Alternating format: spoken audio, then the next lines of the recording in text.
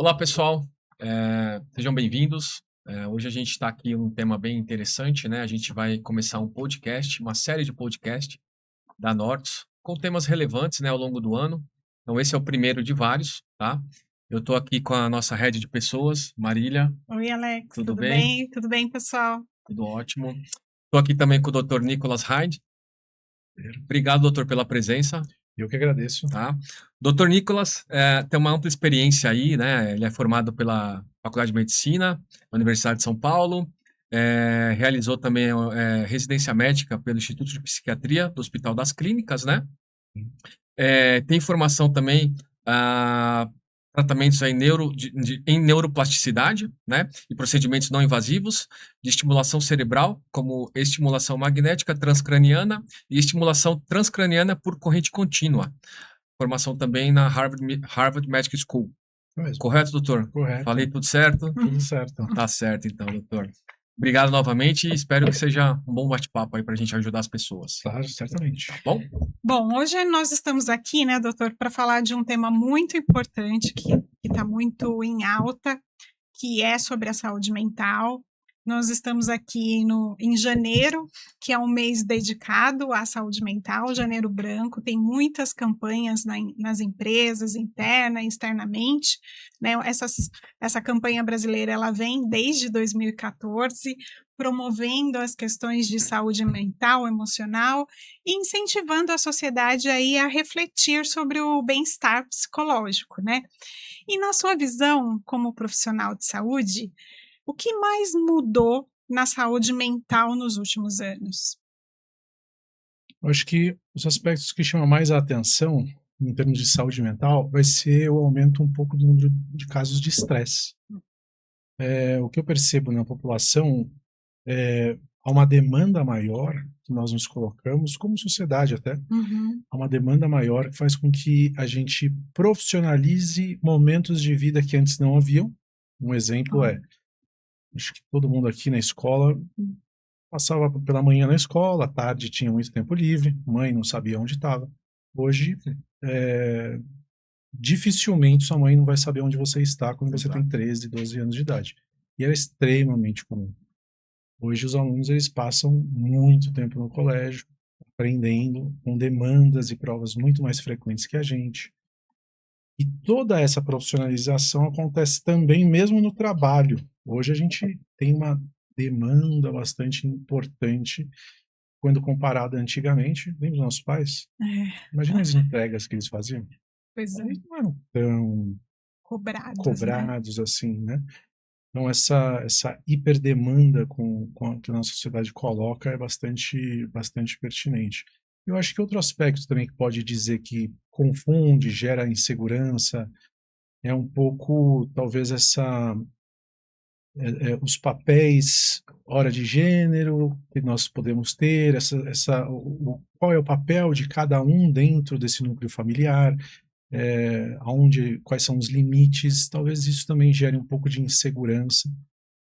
E por fim, eu acho que aí para os mais novos, né, os trabalhos do amanhã, né, a gente se modifica bastante, mas eu acho que essa falta de certeza sobre amanhã, o trabalho, a inteligência artificial, eu acho que gera um nível de insegurança que nós talvez não estejamos tão preparados. Apesar nossa flexibilidade, nós já utilizarmos desde sempre, né? Desde bebê. Esse final de semana, eu tive contato com um sogro de um primo. Ele comentou que começou a trabalhar vendendo coisas na praia, ele era de Santos.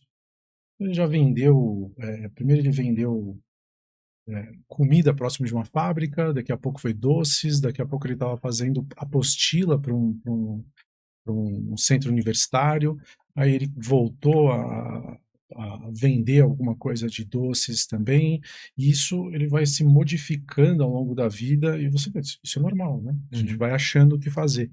Hoje a troca de emprego, ela gera um certo desconforto, né? Então essa flexibilidade tende a diminuir, né? Entendi. Interessante. E você sente ainda, doutor, que existe uma resistência para discutir os assuntos de saúde mental na sociedade, entre as pessoas? Sim, eu acho que hoje cada vez menos. Vamos dizer assim, minha formação se deu numa época onde me colocavam muitas vezes que havia essa certa dificuldade, essa barreira. Realmente, no começo da minha carreira, o número de homens no consultório era menor, sem dúvida. Hoje não, hoje a gente tem muitas pessoas, até às vezes muitos podcasts sobre o assunto, mas também muitos formadores de opinião, né? Se você for ver os formadores de opinião de podcast, a grande maioria vai ter pelo menos alguma sequência que se dá em termos de saúde mental. Então ela está muito mais presente. O número de homens, acho que agora tem ficado muito próximo ao número de mulheres. Eu acho que a barreira está agora nas crianças, né? Cada vez mais as crianças pais procurando ajuda para os filhos. Então, eu creio que hoje não é um problema isso. Agora, o que é um problema a gente fala sobre. É difícil a gente ter algo realmente prático. Às vezes, falar sobre algo não vai fazer você melhorar nele, né? A gente pode falar sobre jogar futebol, eu nunca fiquei melhor falando sobre, né? E um segundo ponto talvez dessa falta de indicações práticas e exemplos vivos de como solucionar problemas em termos de sintomas psiquiátricos quando em pessoas que adquiriram esses sintomas por causa das condições de vida, né? Diferente de uma esquizofrenia que tem um peso genético. Mas eu desenvolvi um quadro de estresse, ou eu desenvolvi um quadro de ansiedade decorrente de um evento de vida. Como é que eu consigo, na prática, resolver isso? E quem já passou por isso, quais foram as mudanças que ele fez em termos profundos e que eu poderia copiar?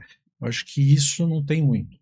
Eu acho que poderia ter um pouco mais de testemunhos e soluções, mas eu acho que é isso. Nossa, é super interessante isso que você falou, porque e aí tomando como gancho, né? E quais são os sinais assim desse estresse ou desse esgotamento, desse nível de ansiedade? Porque isso é comum a gente ter um pouco de ansiedade, assim, isso tudo é muito comum, mas qual que é o limiar entre o que é normal ou o que merece a nossa atenção e cuidado? O que a gente pode colocar como limite desse normal e patológico, né? Que a gente quer saber nós da psiquiatria, a gente não tem um sintoma ou algo que a gente possa apontar, falar, olha lá, ele tem, então, portanto, ele tem alguma doença. Se você aparecer para um médico não psiquiatra, cirurgião, você vem e fala, olha, doutor, eu trouxe aqui uma radiografia, meu apêndice está desse jeito. Ele fala, isso é apendicite. Eu nem sei os sintomas que você tem, mas eu sei que você tem isso. Às vezes você passa fazendo um exame de rim, acha uma lesão, isso daqui é câncer, mas não tem sintoma nenhum. Vai esperar ter ou você já vai tomar uma ação? Na psiquiatria, a gente não tem essa lesão tão declarada. Na grande maioria dos quadros psiquiátricos, para a gente não ter uma lesão, a gente se vale muito dos sintomas. Então, a gente se guia pelos sintomas. Se você tem tais sintomas, e esses sintomas, com esse tom mais ansioso, com esse tom de sintomas mais depressivo, ele gera sofrimento. Esse sofrimento você não consegue superar sozinho. E ele gera comprometimento, disfunção. Como disfunção? Eu estou tão ansioso que eu só brigo com a minha esposa. Tem uma disfunção conjugal. Eu não tenho paciência com meu filho, eu deixo ele quieto ali, graças a Deus ele não sai do videogame, função familiar. Ou no trabalho, né? Eu passo com medo da sala do chefe, vai ser uma disfunção laboral. Você tem essas disfunções que normalmente acompanham, aí a gente vai dizer que tem um quadro psiquiátrico. Então depende da presença de sintomas, você não consegue superar sozinho e se gera problemas. Na medicina normal, na medicina não psiquiátrica, medicina do corpo, ela também age assim, né? E você tem uma diarreia, só que você muda a alimentação, e ela passa. Você não procura o médico. Hein? Ou seja, diarreia gera sofrimento, mas você superou sozinho. Eu tinha diarreia, eu troquei a alimentação, não melhorou. Bom, eu vou ter que entregar os pontos, eu vou lá no médico, doutor, não buscar um tô dando. tratamento. Né? Exato. Então, o limite do normal e patológico a gente vai colocar nesse sofrimento consistente, que você não consegue superar e que gera atrapalha a sua vida de alguma forma. Uhum. Por isso que a gente na psiquiatria vai chamar as nossas doenças não de patologias, doenças, a gente vai chamar mais de transtorno. Diferente das outras, ninguém tem um transtorno de apendicite, né? Então você tem uma doença, tem uma patologia, a gente não, é uma condição que atrapalha, já é um transtorno na minha vida. E aí a gente foca o tratamento com base nesse conjunto de sintomas. A sua pergunta inicial, você havia dito para mim, olha, e sobre os sintomas? O que a gente pode querer ficar atento? Eu acho que aí depende muito de cada quadro, né? Se a gente está falando... Mas como o tópico aqui é mais os quadros de estresse, aí seria legal a gente pincelar um pouco sobre como a gente faz a divisão desses quadros de estresse. Uhum. Se eu quase bato o carro, eu saio com o coração acelerado, eu saio tremendo, com a mão suando. Esse é um quadro de estresse. Mas esse é o que a gente vai chamar de estresse agudo. Algumas horas, máximo dias. Quando passa esse período de estresse agudo, o que é o estresse agudo, né? É o corpo geneticamente preparado para, em eventos de risco, te preparar para agir. Eu não sei se você vai agir ou não, mas você tem que estar preparado. Uhum. Né? Então, lembro no colégio, o garoto vai te pegar depois da aula. Isso acho que todos nós passamos por pelo menos por uma situação dessa. Exato. Né? Ou seja, é um estresse agudo, mas no dia seguinte você até esquecia. No trabalho, a gente tem algumas metas, prazos, são coisas complicadas, não depende só de nós, depende de aceitação, depende de variáveis que não estão sob nosso controle. Então, esse estado de o corpo preparado para agir, quando ele não se resolve em alguns dias, ele começa a minar um pouco a estabilidade desse corpo, não só em termos de saúde mental. Você fica muito estressado, você começa a se irritar fácil, você começa a brigar com quem não precisa, te cortar no trânsito, você já quer sair do carro, né? Então, e de corpo também, né? Você começa a comer mais, pode vir uns vermelhões no corpo, você pode sentir um formigamento, alimentação, azia, má digestão. Quando ele fica muito prolongado, o corpo ele tenta reequilibrar. Ele faz uma espécie de uma reorganização hormonal para reequilibrar esse corpo que ele continua em estado de alerta. Então, esse é o que a gente vai chamar de estado adaptativo. A gente chama, então, de estresse adaptativo. Só que ele segura isso durante um período. Quando ele não dá mais conta, ele vem a falência, essa tentativa do corpo de restabelecer a normalidade.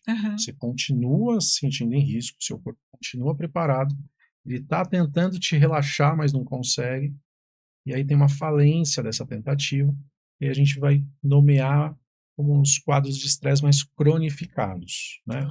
E aí tem o estresse pós-traumático, que é o mais famoso, né? O cara vai para uma guerra, passa por um evento traumático bastante importante, não precisa ser nem muito intenso, ele pode só ser contínuo, mas sistemático. Todo dia eu estou numa situação difícil ali na escola, todo dia eu estou assim no casamento, né? Estamos brigando muito, ou no trabalho. Então, com essa falência, aí você vai perceber outros sintomas. De uma maneira geral, quais são os sintomas que a gente pode prestar atenção? Aí é interessante a gente dividir nas dimensões de sintomas. Você tem os sintomas ansiosos, todo mundo já teve sintomas, não significa que tem uma doença. Mas podem ser falta de ar, pressão no peito, taquicardia, né, o coração dá uma palpitação, tremor, sudorese. Temos aí também os sintomas depressivos. Vão ser falta de vontade, uma certa tristeza, uma falta de propósito. Aí o futuro, você não vê muitas possibilidades no futuro, o futuro está meio fechado. Mais pessimista, Mais né? pessimista, mais ranzinza, né? Um isolamento. Você vai ter também sintomas, lentificação, né? Você tem os sintomas psicossomáticos, que aí vão ser dor de cabeça, zumbido, tontura, formigamento, azia, má digestão. Muita coisa, né, doutor? Pode ter também alterações, deixar a visão mais borrada ou não. Olha, né? que interessante. Colorações de pele. Já aí discutível, mas teve até um quadro, vamos dizer assim, de febre. É muito raro acontecer, mas a gente viu febre gerado por quadros de estresse. Uhum. Isso da área psicossomática. Então, sintomas ansiosos, depressivos, psicossomáticos, mas também pode ser sintomas impulsivos. A gente mais estressado come mais. Quem nunca aqui pegou estressado e passou no McDonald's? Né? Docinho, chocolate. Descontando a comida. Exato. Dos sintomas impulsivos, a gente coloca também aqueles de irritabilidade, pavio curto. Uhum. Jogo, agora com tigrinho. Exato. Nossa. E uso de substâncias. Naturalmente, na pandemia, quem teve em prédio teve a oportunidade de ver isso. O volume de garrafas de vinho cresceu muito Absurdamente. nos prédios. Você não consegue muito ver numa casa, mas quando você junta 100 famílias, você vê, duplicou, triplicou a quantidade. Então, uso de álcool também como fenômeno impulsivo. E aí, por fim, sintomas cognitivos. Todos nós, a gente vê falta de atenção, não consigo prestar atenção, vou ler um livro, estou com a cabeça em outro lugar. Memória, não lembro tanto quanto poderia, aconteceu isso mesmo. E sintomas perceptuais. Esse é um pouco mais, não é anedótico, mas quem tem não conta. É um pouco estranho, né? Uhum. Mas é assim, muito frequente. Em eventos de estresse, você tem uma sensação de que as cores são um pouco mais nítidas, as coisas têm uma coloração um pouco maior, você tem parece um videogame, parece um sonho. Será que isso é realidade ou não? Você tem uma sensação de como se. Outra possibilidade é a gente olhar para o nosso corpo e falar assim, nossa, estou diferente, não parece minha mão, eu olho, não estou me reconhecendo. Não se reconhece. Isso é muito frequente em pós-guerra, né? O cara falando, eu não me reconheço mais. Uhum. Ou ter uma sensação de que você está em terceira pessoa. Né? Como assim? Parece que não foi você que fez, parece que você é um ventríloco de alguma forma de si mesmo. Quando a gente está sob estresse muito intenso, a gente tem essa dissociação. E outro perceptual é quando você, que a gente chama de fuga,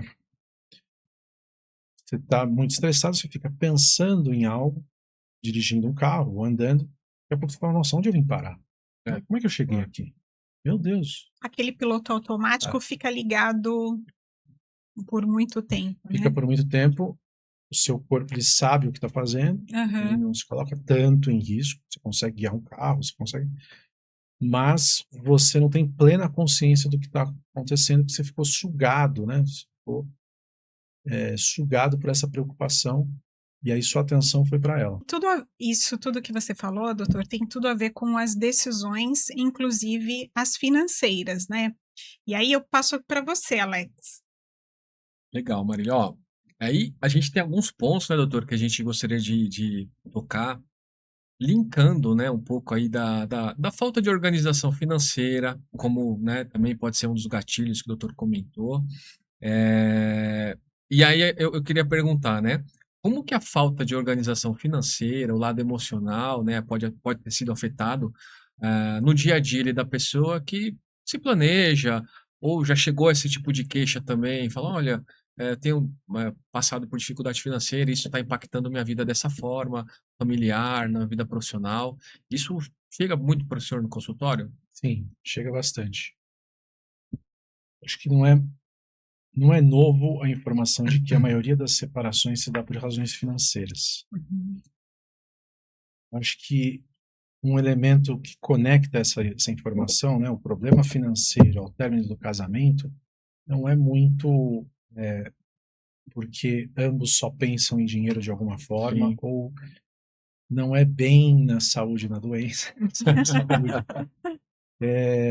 mas é porque fragilidades financeiras trazem estresse elevado, Sim. certo? Você não conseguir dar algum tipo de brinquedo que foi solicitado pelo seu filho, isso gera um certo desconforto. Você não conseguir deixar ele na escola que você gostaria, gera ainda mais. Você não conseguir a proteção que você gostaria de prover para os seus familiares, ainda mais. Então, dificuldades financeiras, elas vão ser uma das grandes razões de estresse, de desenvolvimento de sintomas de estresse hoje em dia. Por outro lado, a gente tem baixo conhecimento sobre isso, né? Estava conversando com um colega que o filho dele fazendo high school via internet agora, ele mora numa fazenda. Mundo globalizado Né? proporciona isso, né? Exato. Ele mora numa fazenda e os filhos têm esses tutores. Eles têm um semestre com aulas de educação financeira. Interessante. É muito importante. Eu saí da faculdade já com dificuldades. E vamos aprender, a gente corre atrás depois que a gente sai da faculdade, né? Isso eles têm desde o high school. Então, isso impacta muito no desenvolvimento de sintomas. E o problema ele não só gera sintomas, a fragilidade financeira gera sintomas, mas a condição que você fica com esses sintomas faz com que as suas decisões não sejam as melhores. Então, a cabeça quente vai fazer com que você tome decisões que não são tão interessantes quanto poderiam ser. A dificuldade de você guardar dinheiro requer uma parte do cérebro e ela normalmente é a primeira que você perde, que é o controle das emoções e o controle de impulsos. Sim. Lembra, um dos sintomas é a impulsividade. Porque essa parte do cérebro, ela não é que ela fica desligada, mas ela é solapada, ela não tem um papel tão importante quando emocionalmente você está mais abalado. Então, você age mais emocionalmente. Muito interessante, né? Porque a gente vê isso no dia a dia, lá no escritório, né? As pessoas procurando e tomando decisões por impulso, né? Às vezes a gente comenta que um bom planejamento se faz ao longo do tempo, né? As pessoas gostam de ter aquela mais especulativo, impulsivo ali, compra isso, vende aquilo, o que você acha disso? E a gente fala, vamos construir, né? E aí pega no que o doutor falou, né? E aí uma pergunta também, assim, um pouco mais para o lado financeiro, lá na clínica que o doutor trabalha, né? Já percebeu pacientes que melhoraram depois que organizou um pouco mais a vida financeira? Chegou a esse relato pro doutor? Falou, olha, doutor, eu cheguei a melhorar aqui, fiz um planejamento, deleguei, né? Fiz um planejamento com um especialista e minha vida melhorou de certa forma. É até parte, nós da psiquiatria, a gente não vai ter conhecimento para, né? Mas é até parte do arsenal terapêutico, quando a gente identifica dificuldades dessa natureza, a gente indicar profissionais da área financeira para organizar financeiramente. Olha que bacana. Tinha um casal, os médicos, eles são uma classe aí que tem um sofrimento em particular. São profissionais que têm a capacidade de ter grandes ganhos vendendo aí seu tempo, mas faz com que ele não tenha facilidade em você se organizar a longo prazo. Então, a gente vê muitos médicos acabando ficando dívidas grandes, Sim. mesmo com essa potência financeira. Por quê? Como é fácil ganhar dinheiro, eu não preciso muito se organizar, então pessoas até com menor capacidade financeira de ganho conseguem um futuro muito melhor em termos de qualidade, né? Então esse casal de médicos trabalhavam muito, tinham filhos, tiveram dificuldades financeiras justamente por estarem numa fase de vida onde começam mais intensamente a pensar no futuro, saindo da fase ali de investimento nos filhos, né? Eles saindo da asa, né, financeira que os pais provêm, eles começam a pensar assim e se veem muito próximo dessa aposentadoria sem ter criado condições claras, né? Então, e uma capacidade produtiva também não tão grande quando você tem de começo. 25, 30, né? 35 anos. Exato. É bastante interessante mesmo. Sim. E uma das indicações foi um aconselhamento financeiro e teve um benefício não só financeiro mesmo, mas de emocional, né? A pessoa agora entendendo as possibilidades e possibilidade de estabilidade econômica consegue também acalmar e lidar melhor com isso. Criar um norteamento, é difícil você criar metas, seguir com elas, né? E é parte do arsenal da psiquiatria ao tratamento. Interessante. Muito interessante. A gente no dia a dia lá pega, né, Marília, esses casos, né? E a gente fala justamente isso, deixa, né, com o especialista para você justamente ter o tempo com quem mais importa, com a sua família. De repente, se você quer ter o seu negócio, se dedicar em sua vida profissional. Então, essa parte, né, caso você não seja conhecedor, né, e às vezes também a pessoa não tem tempo para ficar estudando sobre isso, né, delegue, né? A gente, né, como o doutor comentou, pô, eu tô com sintomas, eu vou procurar, às vezes fica com vergonha, né? Não, vamos delegar que você vai ter tempo para outras atividades, né? Até dizer que está com dificuldades financeiras, ou nem sempre a dificuldade, mas a não capacidade de organização daquilo que se tem, às vezes também é um tabu também, né? Sim. Pedir ajuda nesse sentido. Pedir ajuda é um tabu muito forte. De Exatamente. qualquer cenário, né? Muito interessante. E aí, doutor, cuidar da mente, ela exige, acho que como você trouxe aqui muito bem, uma série de fatores, né?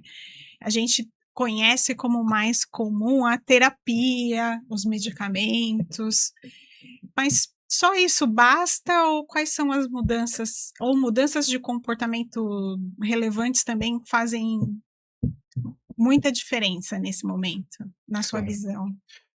Assim, a psiquiatria, ela é uma especialidade médica, ela nasce para ajudar pacientes que apresentam doenças, né? Então, ela vai ser muito boa em retirar ele da patologia. E os instrumentos que ele vai se utilizar vão ser indicações comportamentais e o arsenal ali terapêutico de procedimentos, dos mais diversos, estimulação magnética, corrente contínua, eletroconvulsoterapia, cetamina, agora vem com a psilocibina, mas também sempre com enfoque na retirada desse paciente da doença. Quando a gente está bem, quando a gente não tem uma patologia, aí a gente está falando em permanecer sem doença. Aí é na área de prevenção. Na psicologia, ela também nasce com esse enfoque, vamos tirar o paciente da doença. Muito recente, tanto na psiquiatria quanto na psicologia, o enfoque de prevenção. Uma das especialidades da psicologia que se destacaram nesse cenário seria a psicologia positiva. E dentro da medicina do estilo de vida. Ambos vão focar em prevenir o desenvolvimento de doenças, combater esse desenvolvimento de doenças. E o que a gente percebe na medicina do estilo de vida é a presença de exercício físico faz uma ajuda muito importante. De uma forma geral, por trás disso é a quantidade de fatores inflamatórios circulantes no sangue. O sistema imune ele se vale de mensageiros que são fatores inflamatórios. Quando você fica gripada, você vai ficar como? Amuada, meio quietinha, não quer ver muita gente, não tem muita vontade de sair da cama, mas também se sente culpada que não está indo trabalhar, né? Tristeza, quadro depressivo. Às vezes uma raiva, né? Às vezes uma raivazinha.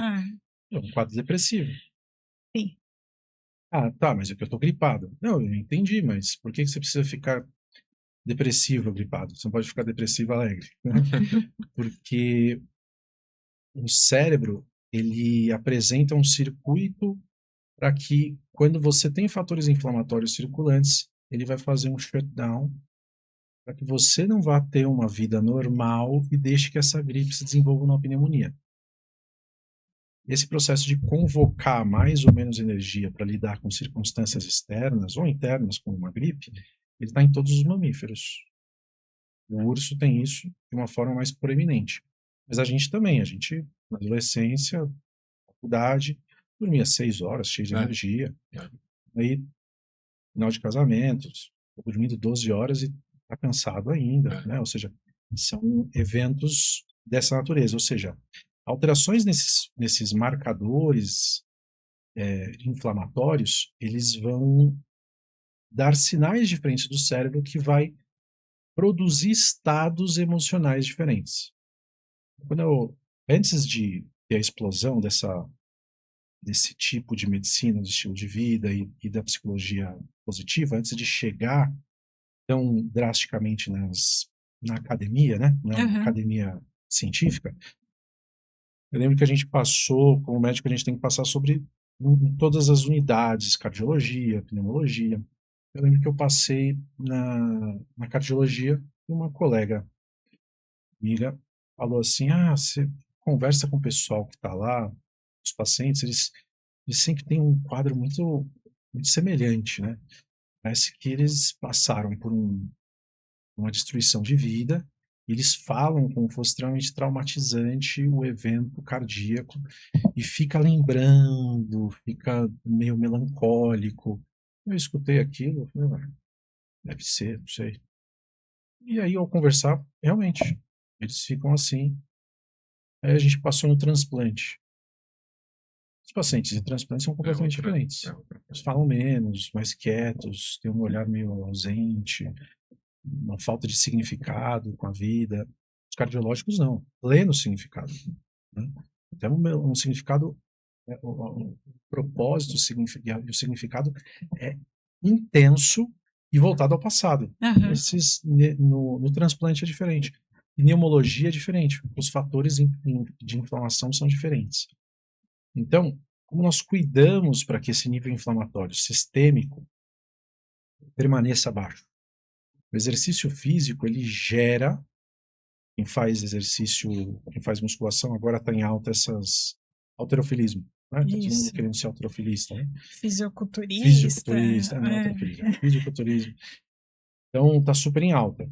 E todo mundo sabe que no momento que você que faz esse tipo de esporte, ele faz intensamente e sente inchado. Aquilo inflama, porque você quebra as células musculares e elas regeneram mais forte, mais numerosas, por isso que você cresce. Eles querem ou seja, ao fazer exercício, nós inflamamos o corpo. Só que depois da inflamação, tem um washout desses fatores inflamatórios. A longo prazo, quem faz exercício se sente mais saudável, se sente mais disposto. Esse disposto é a mesma relação de uma gripe gerando fatores inflamatórios, deixando menos disposta. Mas a gente também percebeu em termos de alimentação. Parte do nosso sistema digestivo, são as bactérias que temos no nosso intestino. E essas bactérias, elas são meio que especializadas. Algumas digerem mais carboidratos, outras são mais utilizadas para um tipo específico de carboidrato, outras podem participar mais de um processo de quebra de proteína. A depender da alimentação, você vai privilegiar e algumas bactérias, algumas cepas vão crescer mais que outras. Essas cepas, elas ao fazerem a digestão pré-absorção desse alimento, né, elas geram uma fermentação e podem gerar uma inflamação local. O intestino ele é muito vascularizado, ele puxa isso para o corpo. Então, quando você come, você dá aquela feijoada grande, ela vai te deixar meio sem vontade. Você come doce, você acende pelo açúcar, mas daqui a pouco você tem uma queda. Ou seja, isso influencia bastante. Então, cuidado com a alimentação também é super importante na prevenção. Doutor, mas quanto vai comer bem? Eu sou muito feliz comendo doce. É assim, para que vocês tenham uma ideia, né? Tem um trabalho que foi feito agora na USP, de um colega até, médico, dois grupos ultraprocessados, nutricionistas em ambos, só que uma permitia o uso de ultraprocessados, comidas ultraprocessadas, e o outro grupo não. Nós tivemos um aumento de 50% na incidência de depressão. Olha só que interessante. Muita coisa, hein? É bastante, né? Muito. Bastante. Muito expressivo. Aí o segundo elemento vai ser em termos de sono. O sono, todo mundo sabe, não dormir bem, eu posso ficar um pouco mais lento, eu posso não ficar tão rápido no dia seguinte. É difícil a gente avaliar, metrificar essa queda, mas a gente sabe que a gente não está nas nossas melhores condições. O que a gente sabe é que, a longo prazo, o sono ele vai impactando e gerando uma inflamação local no cérebro. É cumulativo. É cumulativo. E, durante o sono, utilizado o tempo de sono para a regeneração dessa energia que as células dos neurônios utilizam, né? Então, você ficando sem dormir, elas vão achar outras formas de se conquistar energia e isso pode gerar acúmulo de substâncias que geram mais inflamação. Então, a gente vê você não comer adequadamente um impacto nessa situação em termos emocionais. E não só direto, né? Ok, eu não dormi, o cérebro não consegue trabalhar direito e aí eu fico um pouco mais triste, eu fico mais ansioso. Não só dessa forma, mas também a longo prazo.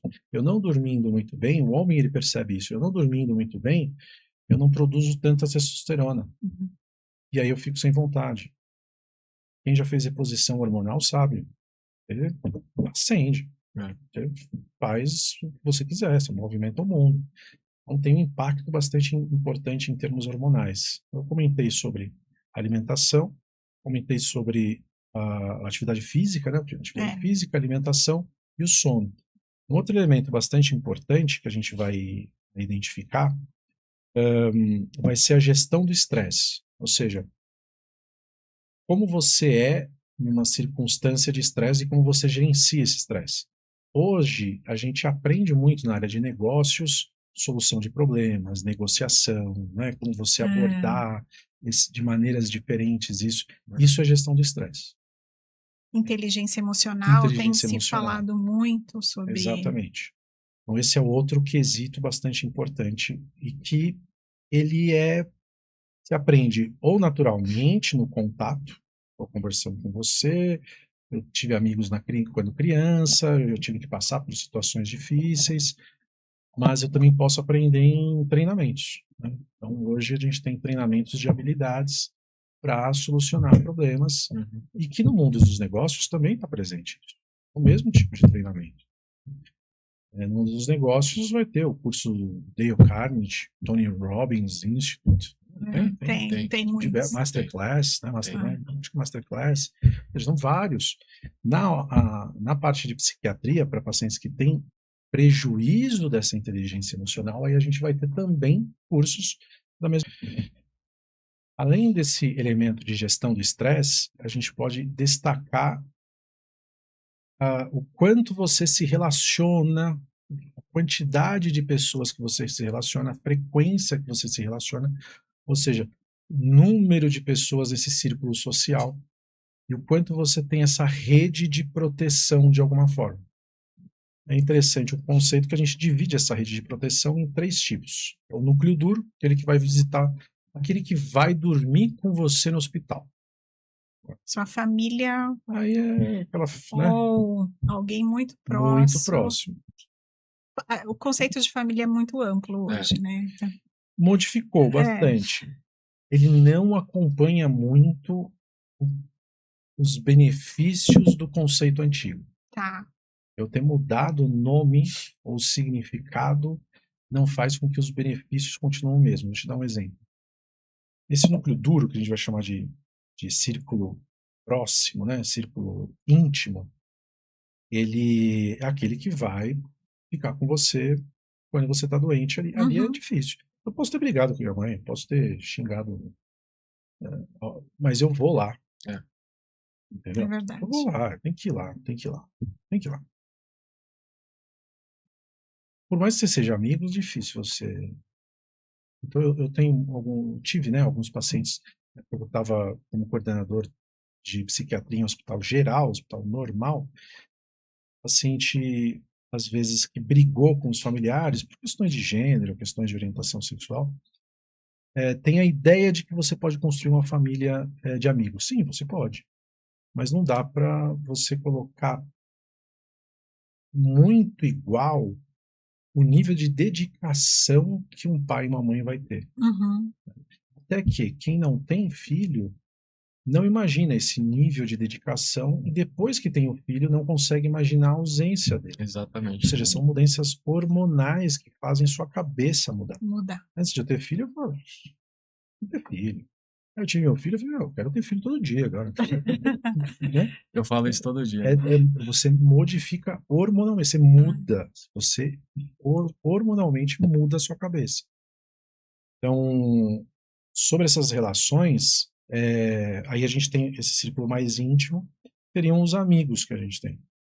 Eu tenho um problema aqui, eu quero um aconselhamento, eu tenho aquele amigo.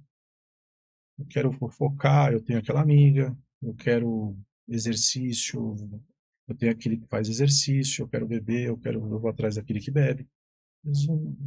Normalmente a gente especializa isso. Esse número de pessoas, esse círculo íntimo, ele impacta também muito. Então, esses dois, próximo e íntimo, né? Esses dois círculos, eles fazem com que haja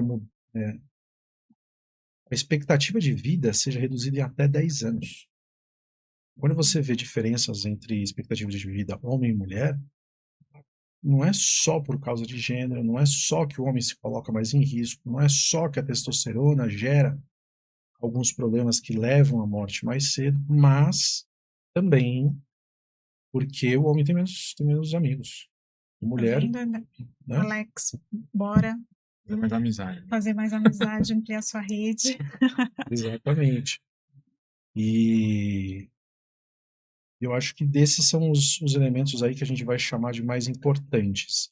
Agora tem os menos importantes, mas que têm um impacto considerável, né? Um deles é a espiritualidade. E aí, quando você compara grupos, tanto em expectativa de vida, número de doenças, compara grupos de pessoas que têm uma espiritualidade mais intensificada e outros que não, você tem um ganho considerável. Não só em expectativa de vida, mas em resolução de doenças, número de doenças, e doenças assim, do tipo infecção, né?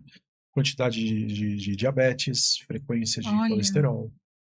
Isso impacta também. Sexualidade também.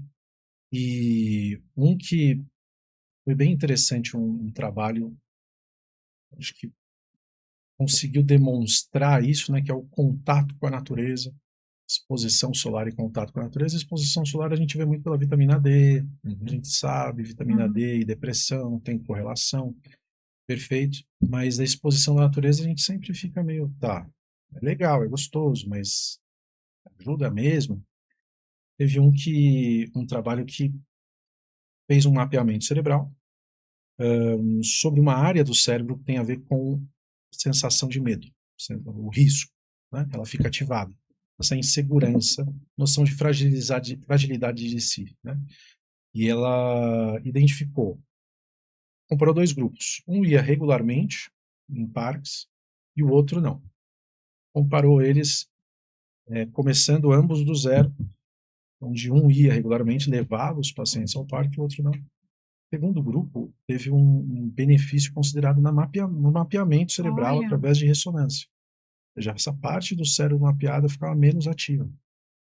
Então, aí destacando que há realmente um impacto considerável. Acho que esses seriam os elementos mais importantes aí, para a gente colocar como prevenção. Não querendo demorar muito na minha resposta aqui, mas já a psicologia... Tá muito interessante. Essa coisa da natureza, né? Eu realmente não tinha, assim, nunca tinha ouvido falar com tanto detalhe, assim, que o impacto positivo. Exato. E uma psicologia positiva, que é esse ramo que começou a estudar bem-estar, e o que poderia influenciar ele. Então, aí ele destacou algumas coisas. Uma delas é flexibilidade mental, de uma forma geral, ou seja, a capacidade de você aceitar novas situações, mesmo quando você não as quer. Então, em termos de um casamento, ou em termos de um trabalho, troca de carreira, perda de um parente, o quanto demora para esse paciente realmente aceitar e se organizar emocionalmente a partir daí, o quanto ele lida com as próprias emoções de uma forma mais destacada. Eu estou triste, tô triste, vai passar. Eu estou feliz, tudo que sobe e desce, vamos devagar. Então, ter uma percepção de si, de que, vou te dar um exemplo. Teatro Municipal, aqui de São Paulo. Você olha, você vai lembrar do quê? Só falta você encontrar uma família quatrocentona, aquela coisa, mas muitas das peças experimentais foram lá, né? A semana de 1922 foi lá, onde tinha um bando de músico afinando instrumento, fingindo que era uma orquestra. Era altamente instrumental. Foi lá? Foi lá, ué. Não, eles estão é isso mesmo. Ou seja, nem tudo que passa lá é o teatro. É da mesma forma. Nem tudo que você pensa é você mesmo, entende? Eu dou uma substância para você e você passa a ficar super feliz, aquilo é real? É você que está sentindo. Mas foi causado pela droga. Sim. Da mesma forma acontece. Se tiver contato com uma pessoa que eu amo muito, ou que eu sempre almejei ter contato, eu vou ficar vou ficar super feliz, né? Como é que chama? Batendo os calcanhares, né? Durante um tempo. Ou eu fecho um negócio, a mesma coisa. E o contrário também ocorre. Eu ter contato com notícias negativas vão fazer com que eu tenha esse período. Essa noção de que você não é todos os sentimentos que você passa, ou todas as ideias que vêm à sua cabeça, de que as ideias, você é uma máquina de produzir ideias que nem sempre vão fazer lógica, sentido e tem uma continuação, uma linearidade. Isso é também importante para gerar esse bem-estar. Tá? Além disso, a gente tem alguns aspectos que não tem a ver muito com a flexibilidade mental, mas sim com o quão sua vida está bem para você, ou seja, você se sente contente com as conquistas que você fez no passado. A imagem que eu tenho do idoso sentado no churrasco, aquelas diversas crianças e filhos ao redor. O cara não precisa trabalhar. O jogo está ganho. Né? Aquilo ali é a imagem. De felicidade. Exato. Além disso, né, segurança financeira, esse é um elemento de bem-estar definitivo. Sim. Vão ter outros aí que a gente pode eventualmente passar, mas esse eu acho que vai ser os que mais vão impactar, né, nessa sensação de bem-estar. E ainda bem, né, doutor, que embora a gente não tenha essa educação financeira há muito tempo, mas hoje eu percebo que as próprias escolas estão mais atentas a isso e, com certeza, para aqueles que ainda para aqueles que não tiveram essa oportunidade no passado, tem aí uma série de profissionais, né, Alex, que podem ajudar e apoiar também nesse quesito. Doutora, assim, olha, tá muito interessante, acho que a gente poderia ficar aqui muito tempo, mas a gente já está se encaminhando aqui para o final. Início de ano é sempre uma oportunidade para a gente rever vários pontos da nossa vida, as pessoas costumam fazer metas, né? Falar, esse ano vai ser diferente. Vida nova. A gente está ainda em janeiro, mais para o finalzinho, mas ainda estamos em janeiro. Pequenos passos para uma pessoa dar agora que vai fazer muito bem para sua mente, na sua visão. Assim, quais são os pequenos? Você falou muito amplo de muitas coisas, assim, mas se a gente pudesse elencar 2 ou 3 assim, pequenos passos. E até pegando o gancho, né? As pessoas adiam muito, né? Então, né, a gente gostaria de parar de adiar para dar esses pequenos passos, né? Pegar. Sim. Eu acho que um elemento que vai trazer grande facilidade aí vai trazer grande benefício e a gente menospreza, vai ser a construção de rotina. Um excesso de rotina, você vira uma máquina. Uma ausência de rotina, você vira um animal. Ou seja, a rotina é uma forma que a gente tem de não pensar, para que a gente não precise pensar sobre coisas básicas para resolver elas. Eu vou fazer o meu café sempre desse jeito. Por quê? Porque eu não quero ficar pensando em que café eu vou fazer e como eu vou fazer. Eu quero, enquanto eu faço o café, pensar em problemas que eu tenho no trabalho, pensar em problemas que eu tenho no meu casamento, pensar em problemas que eu tenho para resolver na educação do meu filho. Então, a rotina é uma forma de você automatizar esse corpo para que você consiga se autossustentar. Então, cuidar para que você tenha essa base de rotina é bastante importante.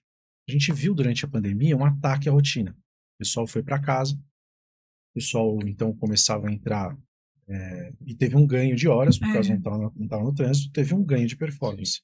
As empresas perceberam isso e aumentaram um pouco as demandas, as metas. E aí, aos poucos, a gente viu uma queda de performance chegando a níveis inferiores do que havia antes. Mas por quê? O pessoal cansou, desistiu. Você começa a ficar um pouco mais trabalhando, um pouco mais tarde. Você terminou uma reunião, vai começar outra, você põe na tela fechada e vai botar coisas na máquina de lavar, tenta fazer um lanchinho porque você quer aproveitar para fazer academia na hora do almoço. Exato. Você começa a bagunçar isso e a sua performance em tudo vai cair. Então, a rotina, ela permite com que você, monte esses limites entre atividades para que o seu cérebro entenda, eu mudei de atividade aqui, minha cabeça tem que mudar, eu não tenho que ter o mesmo nível de exigência no trabalho com o meu filho. Estava na pandemia, eu estava trabalhando lá nos hospitais, na linha de frente e tal, aquela coisa. E aí eu lembro, sim, você não podia errar.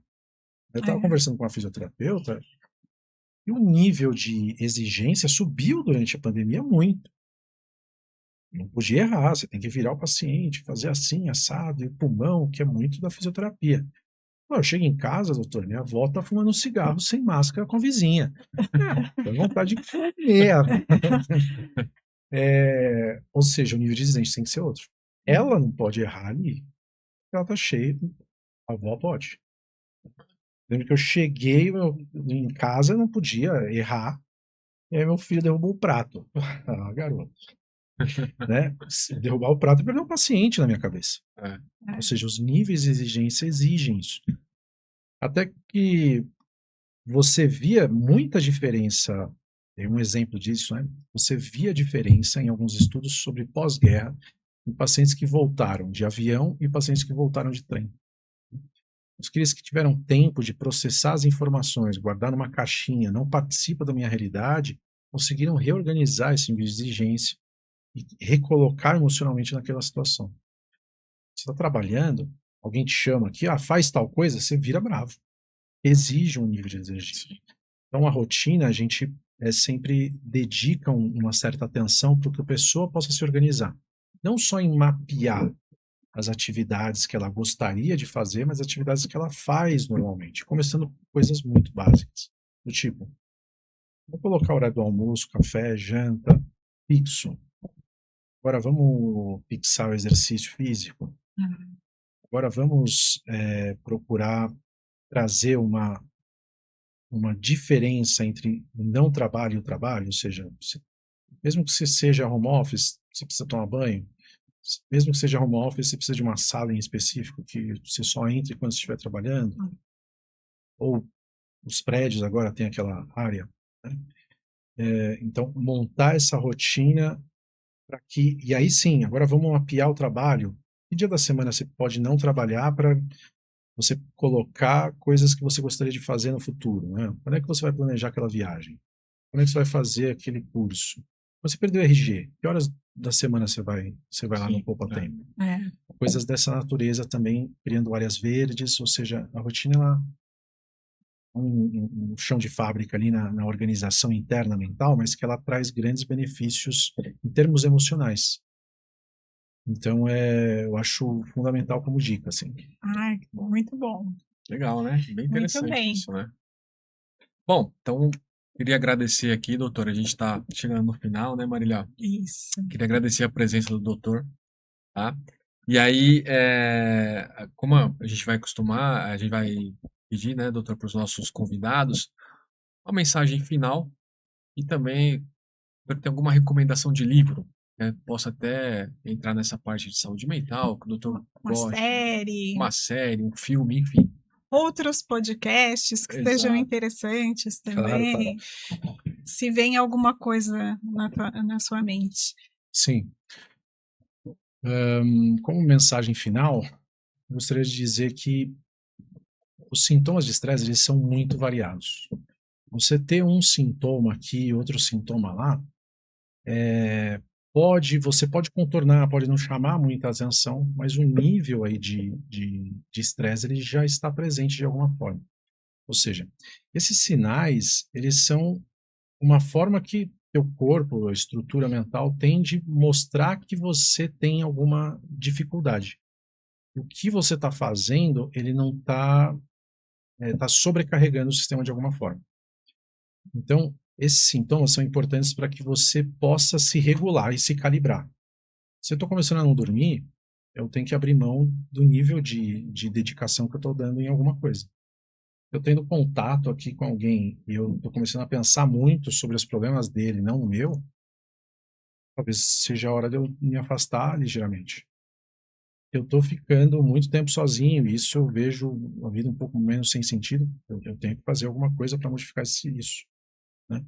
Então, levar em consideração esses sintomas para que mudanças você possa realizar na sua vida. Isso daí eu acho que é uma mensagem que a pessoa tome uma certa responsabilidade pelas próprias circunstâncias emocionais e pela própria condição emocional, permitindo que ela possa implementar essa melhora. Legal. Isso, né, Marília? Doutor, o senhor queria deixar alguma rede social que o pessoal possa te encontrar? Tem no Instagram, Clínica Nicolas Heine. Temos no meu site também, www.clinicanicolasheine.com.br. Legal. Doutor, assim, foi espetacular esse bate-papo. Agradecemos, né, Alex? Acho que foi muito esclarecedor. Agradecemos mais uma vez a sua presença e esperamos vê-lo numa outra oportunidade também. Perfeito, eu que agradeço. E vamos lá, seguimos em frente. Obrigado, doutor. Um abraço, até o próximo.